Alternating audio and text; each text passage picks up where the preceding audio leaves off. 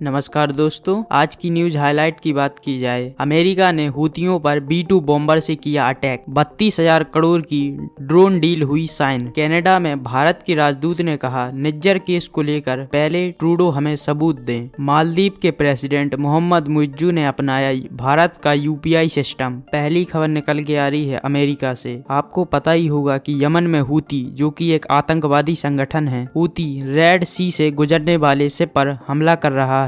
ऐसा Houthi Iran के कहने पर कर रहा है। आप जानते हैं कि ईरान का सबसे बड़ा दुश्मन इजराइल है, जो गाजा, फिलिस्तीन और हिजबुल्ला पर हमले कर रहा है। लेकिन अमेरिका और वेस्टर्न कंट्री इजराइल को वेपन सप्लाई कर रही हैं। इसलिए हूती अमेरिका और वेस्टर्न कंट्री के शिप जो रेड सी से गुजर रहे हैं, हूती उन्हें टारगेट कर रहा है और उन पर हमले कर रहा है। तो इसी को लेकर अमेरिका ने कार्रवाई करते हुए अपने B-2 स्टेल्थ बॉम्बर से हूतियों पर अटैक किया। हम आपको बता दें, हूती 21 फीट नीचे बंकरों में छुपे हुए थे। अमेरिका ने GBU-57 बॉम्ब गिराकर बंकरों को तबाह कर दिया और जिससे मिडिल ईस्ट में और अस्थिरता फैलेगी। हमारी दूसरी खबर निकल के आ रही है भारत और अमेरिका की बढ़ती डिफेंस टाइल्स को लेकर। भारत और अमेरिका के बीच 32,000 करोड़ की MQ-9 ड्रोन डील साइन हो चुकी है। इंडियन आर्मी, इंडियन एयरफोर्स और इंडियन नेवी तीनों को ये ड्रोन मिलेंगे, जिससे भारतीय सेना की कैपेबिलिटी बढ़ेगी और चाइना और पाकिस्तान को काउंटर करने में आसानी होगी। और भारत MQ-9 ड्रोन से बंगाल की खाड़ी और अरब सागर में निगरानी भी रख सकेगा। तीसरी खबर निकल के आ रही है कनाडा से।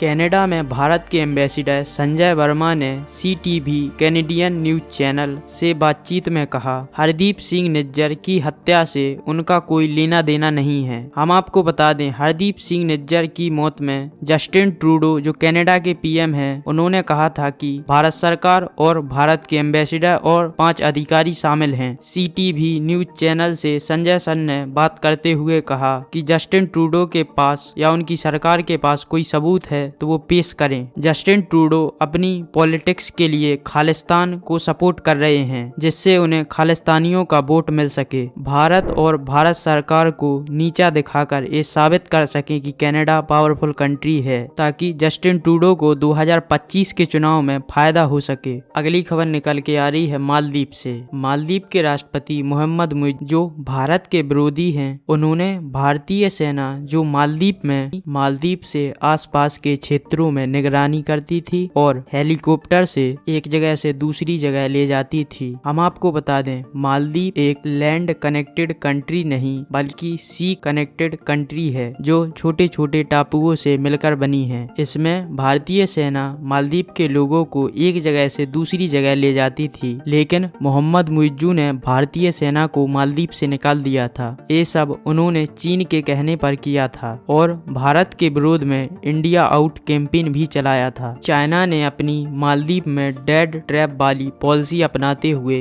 ट्रैप वाली पॉलिसी यानी हम आपको बता दें, चाइना पहले उस कंट्री को उसकी GDP से भी ज्यादा पैसे दे देता है और बाद में वह कंट्री पैसे नहीं चुका पाती, जिसके कारण चाइना उसकी जमीन हड़प लेता है। इसी को लेकर चाइना का लोन मालदीव पर बढ़ता जा रहा था और मालदीव के राष्ट्रपति मोहम्मद मुइज्जू को लगा कि चाइना हमें कहीं डेट ट्रैप में न फंसा ले, इसलिए उन्होंने भारत से मदद मांगी और भारत ने मदद करते हुए मालदीव को 4,000 करोड़ का लोन दिया, जिससे मालदीव में इंडियन नेवी को एंट्री भी मिल गई। इसी को लेकर मालदीव की कैबिनेट ने बड़ा फैसला लेते हुए UPI सिस्टम पूरे मालदीव में लागू कर दिया है और भारत से मालदीव में पेमेंट UPI के जरिए हो सकती है। अगर आपको वीडियो पसंद आई है तो एक लाइक का चैनल को सब्सक्राइब जरूर करें। जय हिंद, वंदे मातरम।